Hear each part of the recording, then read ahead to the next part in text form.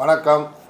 வரும் 19/3 மார்ச் 26ஆம் ஆண்டு பிடி தியாகராய மகால் டி நகரில் உள்ள மாலில் டாக்டர் ஈகே கருணாகரன் நான் பிறந்தநாள் விழா கொண்டாடும் நிகழ்வு நடைபெற இருக்கிறது. தொடர்ந்து 30 ஆண்டு காலமாக என்னுடைய பிறந்தநாள் நிகழ்ச்சியில் நலத்திட்ட உதவிகள், பள்ளி குழந்தைகளுக்கு நோட்டு புத்தகங்கள் வழங்கும் விழா, ஊனமுற்றோர்களுக்கு சைக்கிள் வழங்கும் விழா மற்றும் ஏழை எளிய பெண்களுக்கு நிதி உதவி வழங்கும் விழா, படிக்கின்ற உயர்கல்வி படிக்கின்ற குழந்தைகளுக்கு உதவித்தொகை செய்கின்ற நிகழ்வு, இப்படி தொடர்ந்து 30 ஆண்டுகளாக நான் செய்து வருகிறேன். சென்னை அசோக் நகரில் அனிதா ஓட்டுநர் பயிற்சி பள்ளி மற்றும் universal real estate, universal movie makers, universal builders என்ற நிறுவனத்தை நடத்தி வருகிறேன். அதன் மூலம் மக்களுக்கு தேவையான உதவிகளை செய்து வருகிறேன். தமிழ்நாடு டாக்டர் கலைஞர் கட்டிட கட்டுப்பாடு மற்றும் அமைப்புசாரா தொழிற்சங்கம் மாநில தலைவராக பணிபுரிந்து வருகிறேன். சங்கத்தில் 10,000 உறுப்பினர்கள் பணிபுரிந்து வருகிறார்கள்.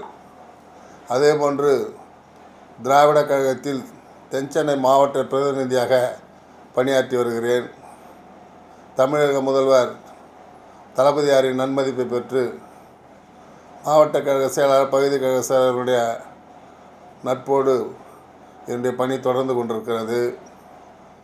35 ஆண்டு கால ஓட்டுநர் பயிற்சி பள்ளி எனக்கு ஒரு முகவரியாக அமைந்திருக்கிறது. அனிதா ஓட்டுநர் பயிற்சி பள்ளி ஆரம்பித்து மிக சிறப்பான முறையிலே ஓட்டுநர் உரிமைகளை பெற்றுக் கொடுத்து அவர்களுக்கு சிறந்த முறையில் விபத்தில்லா வாகனங்களை எப்படி இயக்குவது என்று கற்றுக் கொடுத்து ஓட்டுநர் உரிமம் பெற்றுக் கொடுத்து அதில் சிறந்த பயிற்சி நிறுவனமாக டாக்டர் பட்டம் கொடுத்து என்னை தேர்ந்தெடுத்திருக்கிறார்கள். அதேபோன்று சினிமா தயாரிப்பாளர் சங்கத்தில் நியமன செயற்குழு உறுப்பினராகவும் பணியாற்றி வருகிறேன். தொடர்ந்து என்னுடைய பிறந்த நாளில் பல நலத்திட்டங்களை செய்து மக்களின் நன்மதிப்பு பெற்று இந்த பகுதியிலே வாழ்ந்து கொண்டிருக்கிறேன். சீரோடும் சிறப்போடும் செயலாற்றி வரும் நான் இந்த பிறந்தநாள் நிகழ்ச்சியும் சிறப்போடு கொண்டாடுவோம் என்ற ஒரு நிகழ்வோடு 19/3/2026 அன்று மாலை 2 மணியில் இருந்து 3 மணி வரை பரதநாட்டியமும், 3 மணியிலிருந்து 4 மணி வரை பட்டிமன்றமும், 4 மணியிலிருந்து 5 மணி வரை பேச்சு போட்டியும், 5 மணியிலிருந்து 6 மணி வரை நடன போட்டியும், 7 மணியிலிருந்து 9:30 மணி வரை லக்ஷ்மண் சுருனுடைய மாலதி இன்னிசை கச்சேரியும் போன்ற நிகழ்வுகளெல்லாம் பிடி தியாகராய மகாலில் நடைபெற உள்ளது. இந்த முறை தேர்தல் காலம் என்பதனால் நலத்திட்ட உதவிகள் வழங்க இயலாத ஒரு காரணத்தை வருத்தத்துடன் தெரிவித்துக் கொள்கிறேன். இந்த பிறந்தநாள் நிகழ்ச்சி முடிந்தவுடன் வரும் ஒரு தேர்தல் முடிந்த பிறகு ஓரிரு மாதங்களில் ஒரு தேதி குறிப்பிட்டு அந்த நலத்திட்ட உதவிகளெல்லாம் கண்டிப்பாக மக்களுக்கு செய்வேன் என்றும், இது தேர்தல் காலம் என்பதால் நலத்திட்ட உதவினால் அது சட்டத்துக்கு புறமானது என்றும் கூறியதால் சட்டத்துக்கு கட்பட்டும் சட்ட திட்டங்களுக்கு கட்பட்டும் செயல்படுகின்ற காரணத்தினால் நலத்திட்ட உதவிகள் மட்டும் தடை செய்யப்பட்டு மீதி நிகழ்வுகள் போல் தொடர்ந்து நடைபெறும் என்பதை கூறிக்கொண்டு இந்த பிறந்த நாளிலே நீங்கள் அனைவரும் என்னை வந்து வாழ்த்த வேண்டும். வாய்ப்புக்கு வாழ்த்தி மேலும் பல பொது சேவைகளை செய்வதற்கு உங்களுடைய ஆதரவும் அன்பான பண்பான பணிவான வேண்டுகோளும் வேண்டும் என்று கேட்டுக்கொண்டு இந்த இனிய வாய்ப்புக்கு நன்றி கூறி விடைபெறுகிறேன். நன்றி, வணக்கம். சார், உங்கள் பிறந்த நாளுக்கு சினிமா, அரசியல் யார் வருவாங்க சார்? எதிர்பார்க்குறோமா? சினிமா, அரசியல் பிரபலங்கள் யாருன்னா கலந்து கொள்வாங்களா? என்னுடைய பிறந்தநாள் நிகழ்ச்சியில் நீதி அரசர்கள், சட்டமன்ற உறுப்பினர்கள், முன்னாள் அமைச்சர்கள், இன்னாள் அமைச்சர்கள், பாராளுமன்ற உறுப்பினர்கள் அனைவருமே நிகழ்ச்சியில் கலந்து கொண்டு வாழ்த்துகின்ற வாய்ப்பு நிறைவே இருக்கிறது.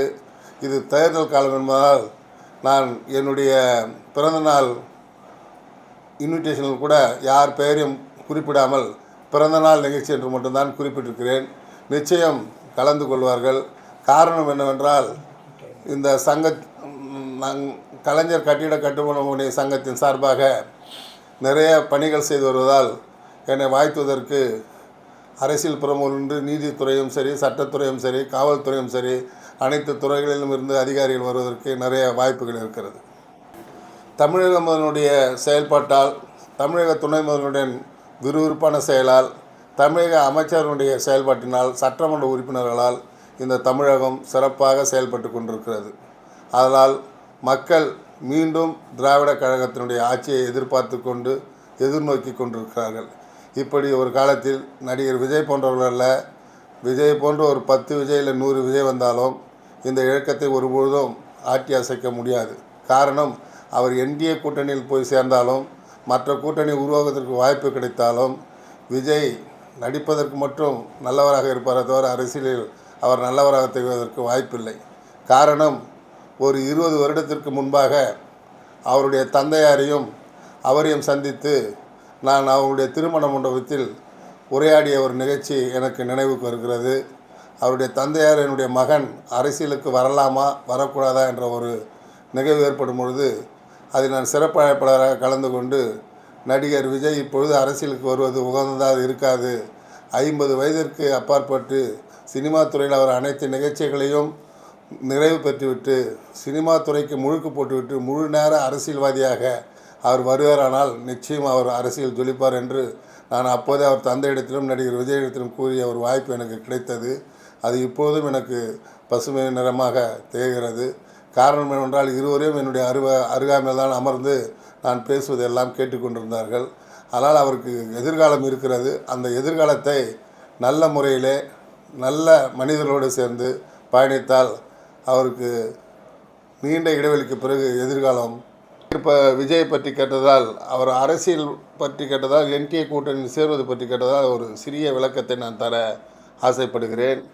அவர் ஊழலற்ற அரசியலை தருவேன் என்று கூறுகிறார், நேர்மையான அரசியலை தருவேன் என்று கூறுகிறார். அப்படி கூறுகின்ற மனிதர் அனைத்து இந்திய அண்ணா திமுகவிலிருந்து வருவரையும், திமுக கழகத்திலிருந்து வருவரையும், மற்ற இயக்கத்திலிருந்து வருவரையும் அவர் கட்சியில் இணைத்து கொண்டால் இவர் எப்படி ஊழலற்ற ஒரு அரசியலை தருவார் என்று நீங்கள் எதிர்பார்க்கிறீர்கள்? ஒரு இயக்கத்தை ஆரம்பித்து அந்த இயக்கத்தில் உருவாகுகின்ற ஒரு நிலையை உருவாக்கும் பொழுது, நான் ஒரு புதிய இயக்கத்தை ஆரம்பித்திருக்கிறேன், ஊழலில்லா ஆட்சியை தரப்போகிறேன், ஊழலற்ற ஆட்சியை தரப்போகிறேன், ஆதலால் ஏற்கனவே ஊழலில் சிக்கியவர்கள், ஊழலில் தளித்த கட்சியில் இருந்தோ மற்ற கட்சியிலிருந்தோ என் இயக்கத்தில் யாரும் சேர்ந்தாலும் சேர்த்து கொள்ள மாட்டேன். படித்த இளைஞர்கள், பண்பாளர்கள், இந்த நாட்டுக்கு சேவை செய்யக்கூடிய மனப்பக்குவம் உள்ளவர்கள், தமிழகத்திற்கு சேவை செய்யக்கூடிய மனப்பக்குவம் உள்ளவர்கள், இந்த நாட்டை முன்னேற்ற வேண்டும் என்ற எண்ணம் உள்ளவர்கள் என்னுடைய இயக்கத்தில் வந்து சேரலாம். அவர்களுக்கு வாய்ப்பளித்து நிச்சயமாக ஒரு நல்ல தமிழகத்தை, ஊழலற்ற தமிழகத்தை உருவாக்குவதற்கு வாய்ப்பு இருக்கும். ஊழல் செய்வர்களே சேர்த்துக்கொண்டு ஊழலற்ற அரசியல் நான் தருவேன் என்றால் இது எந்த விதத்தில் சாத்தியக்கூறாகும்? இதுவே அவருடைய செய்த முதல் தவறு, முற்றும் தவறு, முற்றிலும் தவறு.